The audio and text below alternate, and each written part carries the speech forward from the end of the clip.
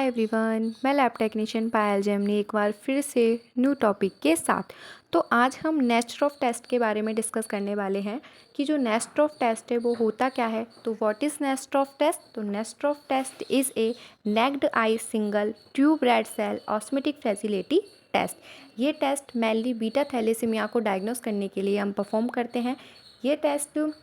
इस टेस्ट के अंदर मेनली इनहेरिटेड ब्लड डिसऑर्डर की कंडीशन देखने को मिलती है। इनहेरिटेड ब्लड डिसऑर्डर ये जेनेटिक ब्लड डिसऑर्डर होता है जो कि पेरेंट्स में माता पिता किसी एक में होने से ये बच्चे में पास आउट होता है। इस कंडीशन में मेनली जो HB होता है वो नॉर्मल के कंपैरिजन डिक्रीज़ होता है। तो हम सभी जानते हैं HB एक प्रोटीन होता है जो कि ऑटो को कैरी करके रखता है।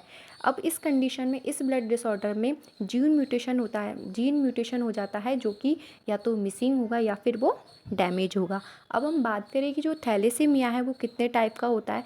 मेनली थैलेसीमिया 2 टाइप्स का होता है, अल्फ़ा थैलेसीमिया और बीटा थैलेसीमिया। अब इस टेस्ट के अंदर हम बीटा थैलेसीमिया को डायग्नोस करते हैं। बीटा थैलेसीमिया माइनर भी होता है और मेजर भी होता है। ये जो थैलेसीमिया होता है वो जो भी जीन्स इन्वॉल्व होते हैं उसके आधार पर इसको देखा जाता है। अब हम बात करें इसके सिन और साइंटम्स की, इस डिसऑर्डर में कौन कौन से हमें सिम्टम्स शो होते हैं।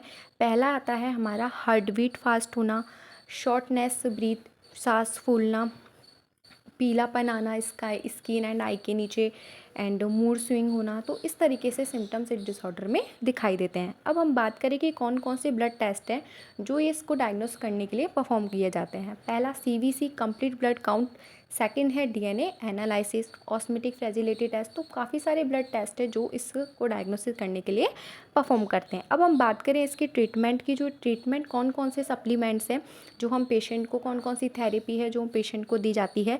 पहला फॉलिक एसिड सप्लीमेंट्स दिए जाते हैं। इसके अंदर आयरन सप्लीमेंट्स नहीं दिए जाते, सिर्फ और सिर्फ फॉलिक एसिड सप्लीमेंट्स दिए जाते हैं।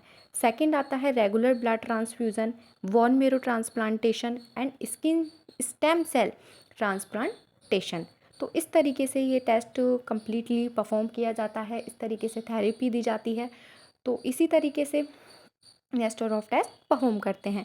ऐसे ही इंटरेस्टिंग टॉपिक को डिस्कस करने के लिए मुझे आप कमेंट में बताएं कि नेक्स्ट टॉपिक में कौन सा लेके आऊँ। इसी तरीके से अगर आपने मेरे चैनल को सब्सक्राइब नहीं किया है तो please do subscribe my channel. इसी तरीके से मिलते हैं नेक्स्ट टॉपिक पे। Thank you so much.